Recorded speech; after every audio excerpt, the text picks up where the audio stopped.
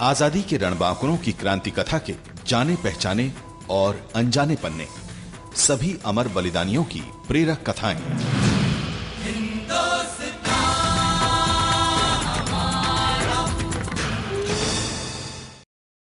बाबू चितरंजन दास का जन्म 1870 में बंगाल के विक्रमपुर में हुआ था। अपनी निर्भीकता के कारण वे अंग्रेजों की आंखों की किरकिरी बन गए। नतीजा ये हुआ कि जब उन्होंने आईसीएस की परीक्षा दी तो उन्हें अनुत्तीर्ण कर दिया गया। वे निराश नहीं हुए और बैरिस्टर बन गए। उन्होंने अनेक देशभक्तों के मुकदमे लड़े, जिनमें से एक था अलीपुर बम कांड। अपनी वकालत की क्षमता से उन्होंने इस मामले में फंसे सभी अभियुक्तों को निर्दोष साबित कर दिया। थोड़े ही समय में वे देश के सुप्रसिद्ध वकील कहलाने लगे। धीरे धीरे उनकी रुचि राजनीति में बढ़ी और उन्होंने स्वराज पार्टी की स्थापना कर डाली। 1922 में उन्होंने कांग्रेस अधिवेशन की अध्यक्षता की तो 1923 में अखिल भारतीय मजदूर यूनियन कांग्रेस की। 1924 में वे कोलकाता के मेयर बने। उन्होंने अपनी सारी संपत्ति का एक ट्रस्ट बनाकर देश सेवा के लिए अर्पित कर दिया। हमेशा दूसरों के सुखों और कल्याण की चिंता करने वाले देशबंधु का 16 जून 1925 को निधन हो गया। उनकी शव यात्रा में 3 लाख से ज्यादा लोगों ने भाग लिया, जिनमें सबसे आगे थे महात्मा गांधी। बापू ने कहा था, भारतवासी दास बाबू को कभी नहीं भूलेंगे।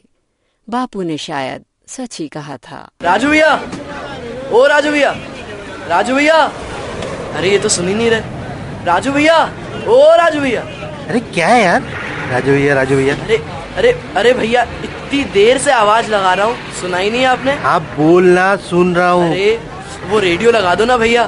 क्या रेडियो? अरे भाई वो ड्रामा, वो आजादी की लड़ाई वाला ड्रामा। हाँ लगा रहा हूँ यार।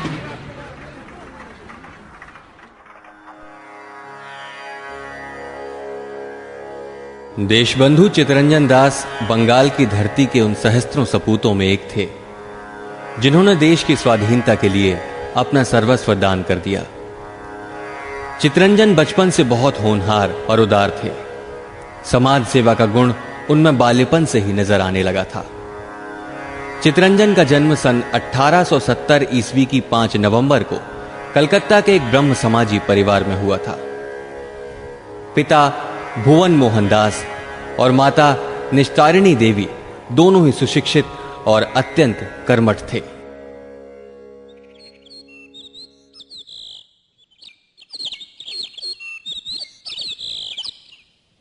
के होच्छे? कौन है? अंदर आइए। प्रणाम। भुवन बाबू है? ना, वो तो बाहर गए हैं। कहिए।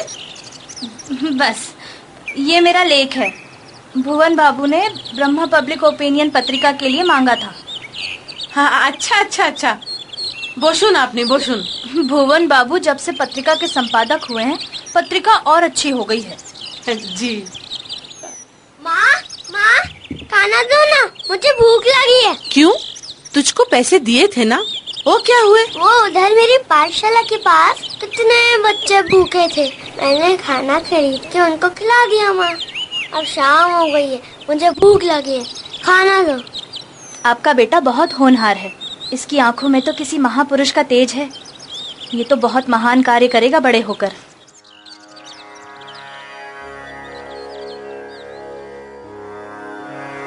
चितरंजन दास 20 वर्ष की आयु तक कलकत्ते में ही पले बढ़े और बीए की परीक्षा पास की। विद्यार्थी जीवन में वो लंबे समय तक विद्यार्थी संघ के अध्यक्ष रहे। बीए पूरा होते ही उन्हें सिविल सर्विस की परीक्षा पास करने के लिए इंग्लैंड भेज दिया गया।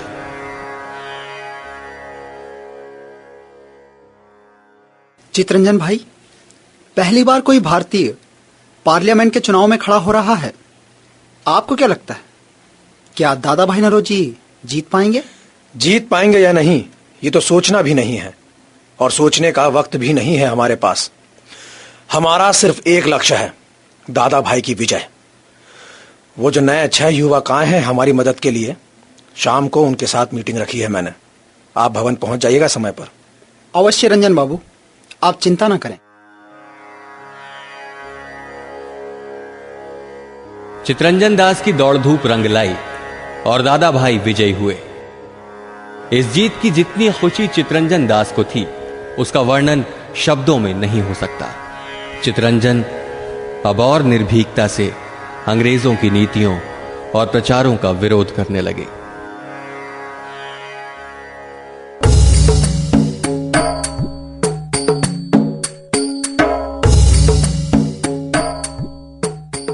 ये अंग्रेज जो इस बात का बार बार प्रचार कर रहे हैं कि उन्होंने भारत पर तलवार के बल पर विजय प्राप्त की है और वह तलवार के बल पर ही भारत को अपने अधिकार में रखेंगे, ये सरासर गलत बात है। अंग्रेजों ने तलवार के बल पर नहीं, अपनी धूर्तता और चालाकी के बल पर ही भारत पर विजय प्राप्त की है। वह भले ही चालाकी से भारत पर शासन कर रहे हैं, परंतु उनकी धूर्तता सदा नहीं चल सकेगी। मुझे आईसीएस की परीक्षा में अनुत्तीर्ण कर दिया गया, पर मैं यहां हारने नहीं आया।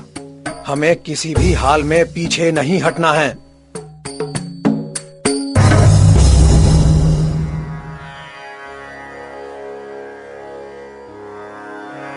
चितरंजन दास ने तुरंत ही बैरिस्टरी की पढ़ाई शुरू कर दी और बड़े परिश्रम से उत्तीर्ण हुए। वे 1893 ईस्वी में बैरिस्टर बनकर भारत लौटे और कलकत्ता हाई कोर्ट में बैरिस्टरी करने लगे।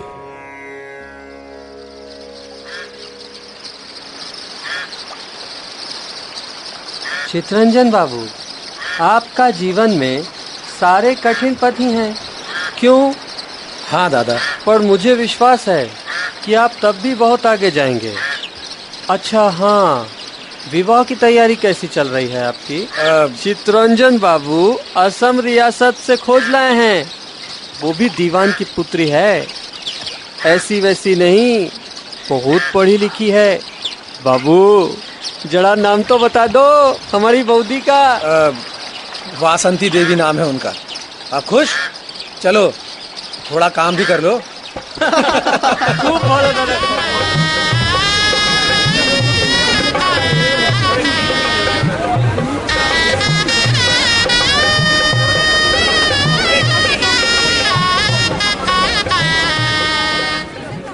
ए लीजिए पानी। किन विचारों में डूबे हैं? इतना परेशान क्यों हैं आप? तुम्हें तो जरूर बताऊंगा, आखिरकार तुम्हारा हक है जानने का। बस ज्यादा सोच विचार मत करिए और कह दीजिए आखिर क्या परेशानी है। वासंती, तुम तो जानती हो मेरे पिता हमेशा से उदारवादी रहे हैं। बाबा के एक मित्र पर 30,000 रुपए का ऋण था। मित्र की मदद करने के लिए बाबा उनके जामीन बन गए, किंतु समय के पहले ही मित्र ने उनको धोखा दे दिया। अब वो ऋण बाबा को देना पड़ेगा, पर बाबा के पास तो है ही नहीं। नहीं, ये तो हमारी जिम्मेदारी है। अब बाबा इतना सारा रुपया कहाँ से देंगे आखिर? ये दायित्व तो हमको निभाना होगा। मैं तो हमेशा से जानता था वासंती कि तुम मेरा साथ दोगी, किंतु इतना पैसा तो हमारे पास भी नहीं है। वो ही मेरी चिंता है।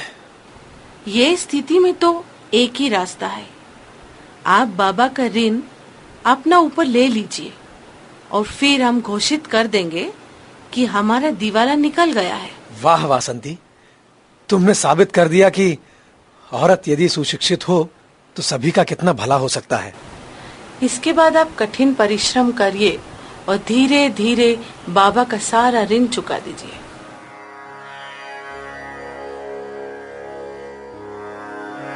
चितरंजन दास बेहद परिश्रमी और लगन के धनी थे।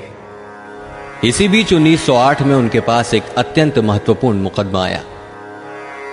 यह मुकदमा मानिकतल्ला स्ट्रीट के बम के कारखाने का मुकदमा था, जिसमें अरविंद घोष और दूसरे कई महत्वपूर्ण क्रांतिकारी युवक अभियुक्त थे।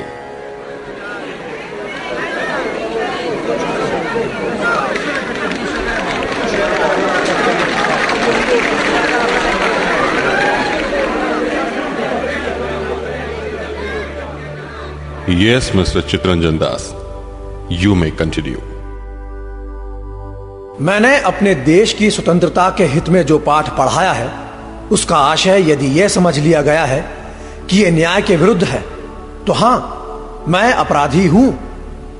न्याय अगर यही कहता है तो मैं गुजारिश करता हूं कि मुझे इसकी सजा बिल्कुल मिले, लेकिन मुझे ऐसे किसी अपराध की सजा स्वीकार्य नहीं है जो अपराध मैंने किया ही नहीं। मेरा मानस तो यही कहता है कि ऐसा कोई भी काम जिसका मेरा रोम रोम विरोध करता हो, वो कोई अपराध नहीं।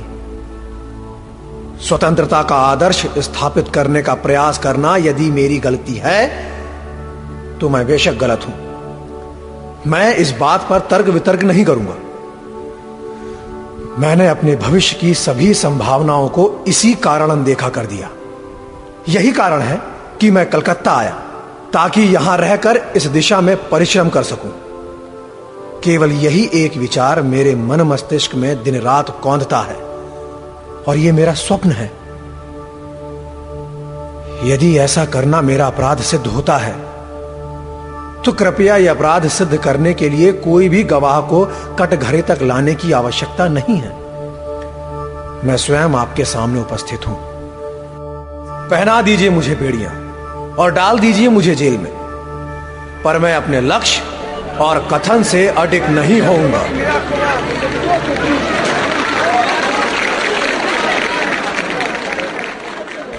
Mr. Das, you may now proceed with your statement in defense of Aurobindo Ghosh. Thank you जज साहब। मैं कोर्ट से अपील करता हूं कि अरविंद घोष जैसा पुरुष जब ऐसी अदालत के सामने खड़ा होता है, तो वह इस अदालत ही नहीं वरन इतिहास के उच्च न्यायालय के सामने खड़ा होता है, क्योंकि इस पूरे विवाद के थमने के बाद जब लंबी खामोशी पसरी होगी, इस पूरे विरोध के उथल पुथल के शांत होने के बहुत बहुत बाद, यहां तक कि जब वो सिधार चुके होंगे, जा चुके होंगे इस दुनिया से दूर, उसके भी बहुत बहुत बाद, पर उसे याद किया जाएगा। उसे याद किया जाएगा एक महान देशभक्त कवि के रूप में। उसे जाना जाएगा मानवता और देश प्रेम के पैगंबर के रूप में। वो नहीं रहेंगे, लेकिन उनके कहे शब्द सिर्फ इस देश में नहीं, बल्कि 7 समंदर पार तक की दुनिया में गूंज उठेंगे।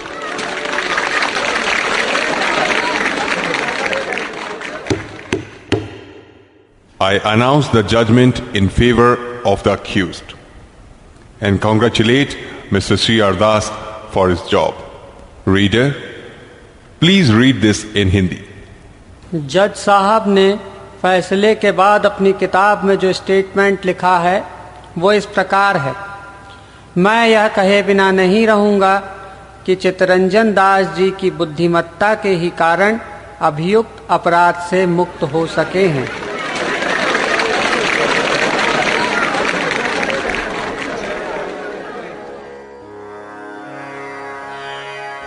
सन 1914 में दास बाबू ने पहला दीवानी मुकदमा लिया, जो डुमराव राज्य का था और बड़ा पेचीदा था, परंतु वो सफल हुए और उनकी ख्याति दूर दूर तक फैलने लगी। 1917 में कलकत्ते में बंगाल प्रांतीय राजनीतिक सम्मेलन हुआ। यहीं से चितरंजन का कांग्रेस से संबंध स्थापित हो गया और वे सक्रिय रूप से राजनीति में भाग लेने लगे। इस सम्मेलन में चितरंजन दास को अध्यक्ष चुना गया। उनके प्रभावशाली भाषण ने सबको मोह लिया।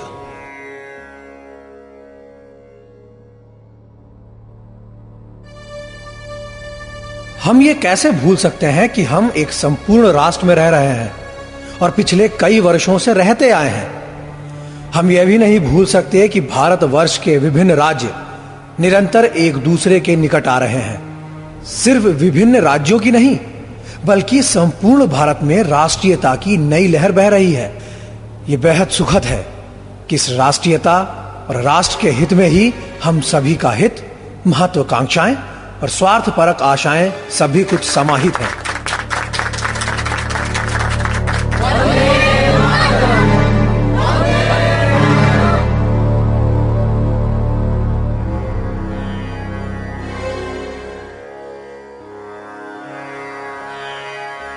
18 मार्च 1918 को राममूर्ति पवेलियन में अंग्रेजों के खिलाफ एक मीटिंग थी, जिसमें कुछ अंग्रेज भी उपस्थित थे।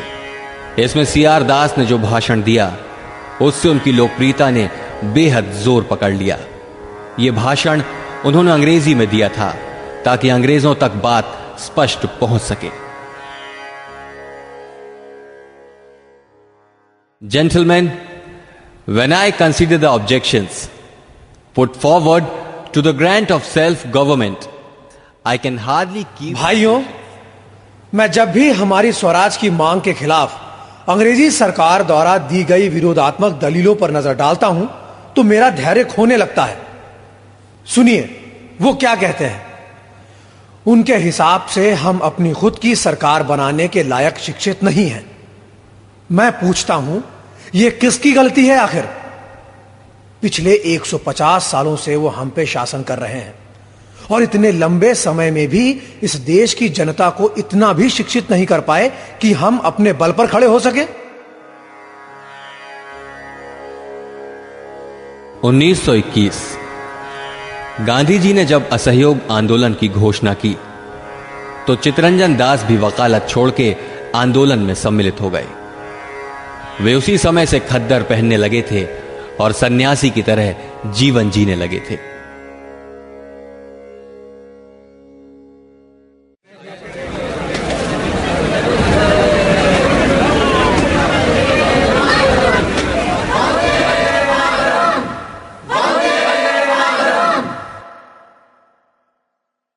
स्वराज का अर्थ है कि हम सब किसी बाहर वाले पे नहीं बल्कि अपने ही राष्ट्र में एक दूसरे पर निर्भर हो, स्वावलंबी होते हुए आत्मनिर्भर होकर रहे। हम सभी आज किसी के गुलाम हैं। हमारी आर्थिक गुलामी हमारी राजनीतिक गुलामी से कहीं ज्यादा नुकसानदायक है। मैनचेस्टर से आने वाले कपड़ों के लिए हर साल 60 करोड़ रुपया खर्च होता है और वहीं पर जब इसी लागत का कपड़ा भारत से बाहर जाता है तो वह निशुल्क होता है। यदि किसी भी परिवार का एक सदस्य भी रोजाना चरखे पर 2 घंटा सूत काटेगा तो वर्ष के अंत तक अपने परिवार की सभी जरूरतें जुटाने में समर्थ होगा। इसीलिए हमारा नारा है, विदेशी छोड़ो, स्वदेशी पहनो।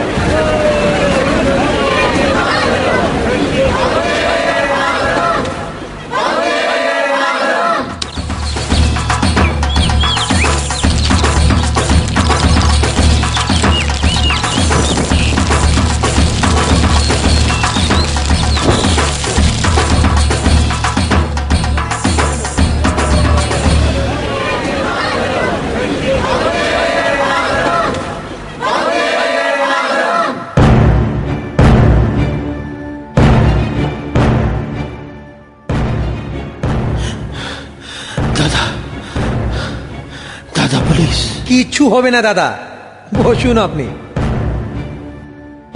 चितरंजन दास, आपके नाम वारंट है। किस बात का? सरकार विरोधी गतिविधियों में हिस्सा लेना और आम सभाओं में देश की जनता को सरकार के खिलाफ भड़काने का आरोप है आप पर। चलो भाई।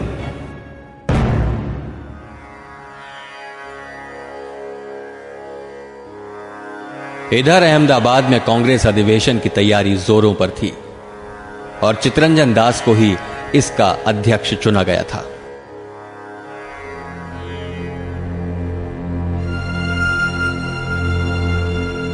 आ तो गजब था क्यों, चितरंजन बाबू को गिरफ्तार कर लिया है।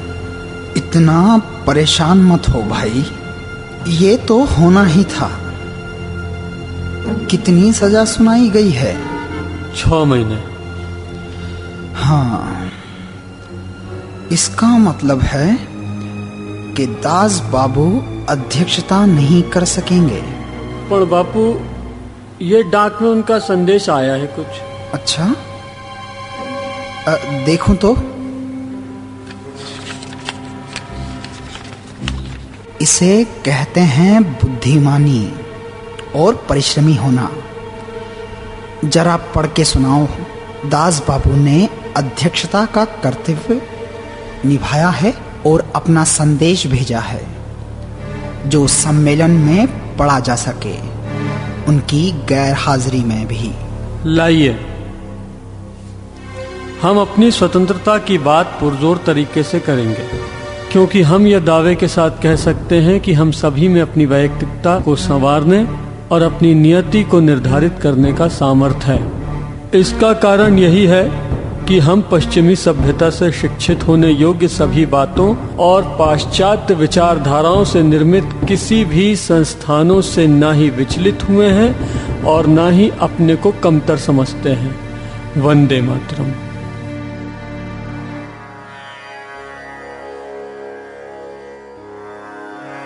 असहयोग आंदोलन कुछ दिनों चलकर ही बंद हो गया, जिससे चारों ओर निराशा उत्पन्न हो गई। निराशा दूर करने के उद्देश्य से चितरंजन दास ने गया की कांग्रेस में काउंसिल प्रवेश का प्रस्ताव उपस्थित किया, पर वे असफल रहे। गया कांग्रेस के पश्चात ही चितरंजन दास, मोतीलाल नेहरू आदि बड़े बड़े नेताओं ने मिलकर स्वराज पार्टी का गठन किया। 1924 ईस्वी में कांग्रेस ने काउंसिल प्रवेश के औचित्य को स्वीकार किया। परिणाम स्वरूप स्वराज पार्टी ने काउंसिलों के चुनाव में भाग लिया। बंगाल से चितरंजन दास विजयी हुए।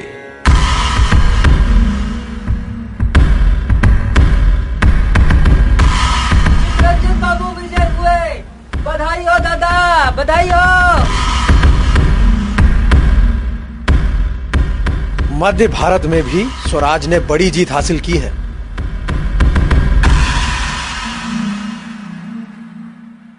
कीगो सुनचो, आपका लिए गवर्नर के पास से पत्र आया है। मुझे मालूम था ऐसा हो सकता है। क्यों, क्या हुआ? अरे वही, गवर्नर लॉर्ड मिंटो ने मुझे सरकार बनाने का आमंत्रण दिया है।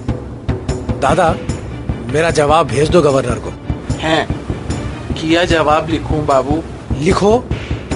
नहीं, मुझे स्वीकार नहीं उनका आमंत्रण। हम सरकार बनाने के लिए काउंसिल में नहीं आए हैं, हम आए हैं अंग्रेजी सरकार को समाप्त करने के लिए। दादा? हाँ बाबू। अब हमारा उद्देश्य कारपोरेशन चुनाव है।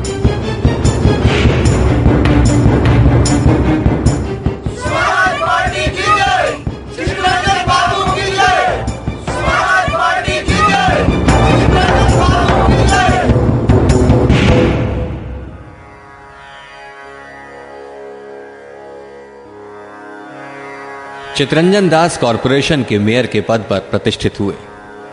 कुछ समय बाद ही कलकत्ता में ट्रेड यूनियन मजदूर कांग्रेस का अधिवेशन हुआ। उसके भी अध्यक्ष दास बाबू ही थे। 1925 ईस्वी के प्रारंभ में सिराजगंज में स्वराज पार्टी का सम्मेलन हुआ।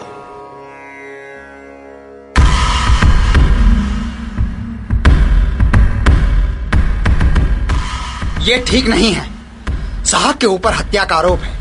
हाँ भाई, गोपीनाथ साहा के प्रति सहानुभूति का प्रस्ताव, हम इससे बिल्कुल सहमत नहीं हैं, बिल्कुल नहीं। हाँ। आखिर पार्टी के बड़े बड़े नेता भी इसके पक्ष में नहीं है, फिर हम क्या चीज है?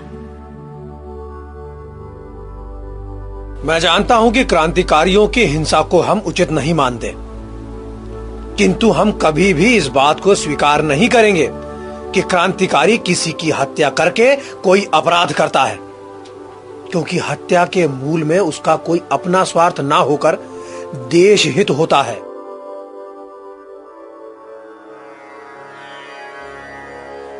बचपन से ही उदारवादी रहे दास बाबू ने सन 1925 ईस्वी में ही अपनी सारी संपत्ति दान करके एक ट्रस्ट बना दिया था।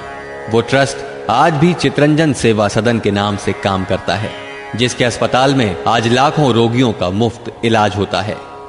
1925 ईस्वी की 16 जून को दार्जिलिंग में चितरंजन दास का स्वर्गवास हो गया। वे निमोनिया से पीड़ित थे।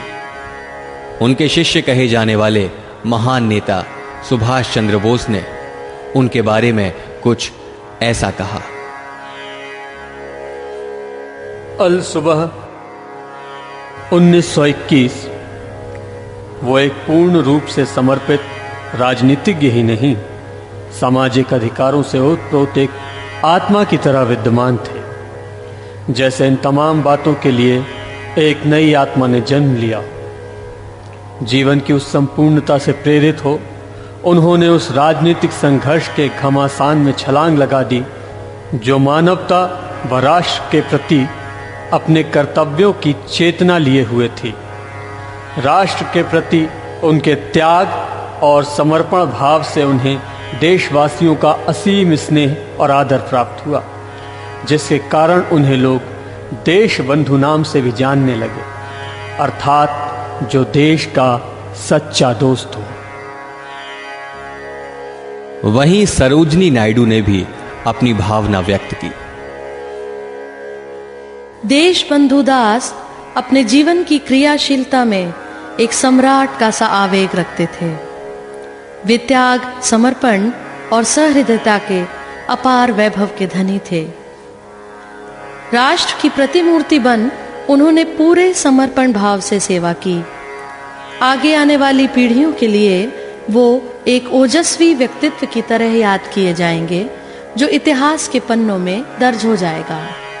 ऐसे ऐतिहासिक पन्नों में जिसमें हमारी आध्यात्मिक धरोहर का वैभव और उसकी काव्यात्मक सुंदरता ऐसे व्यक्तित्व के बारे में बयान करेगी।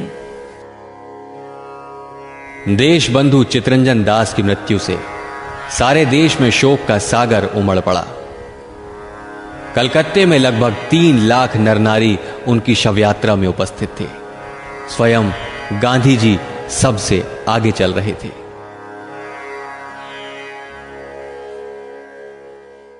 निर्देशन श्रुति धर्मेश, परिकल्पना श्रीराम तिवारी, समन्वय संजय यादव, निर्माण और प्रस्तुति स्वराज संस्थान संचालनालय, मध्य प्रदेश शासन संस्कृति विभाग। स्वाभिमान का देशभक्त रक्त तप्त वक्त प्राणदान का अधीर मन अधीर तक लब्ध वेग बाण का भय विहीन लक्ष्यहीन प्रवास है प्रयाण का स्वराज्य हो ध्यास है ये प्राण का ध्यास है ये प्राण का ध्यास है ये प्राण का दिल मिलाया दम्भ जो विरोध जन्म ले रहा कुचल दिया था स्वाभिमान जिंदा फिर से हो रहा। जननायक स्वाधीनता संघर्ष की महागाथा।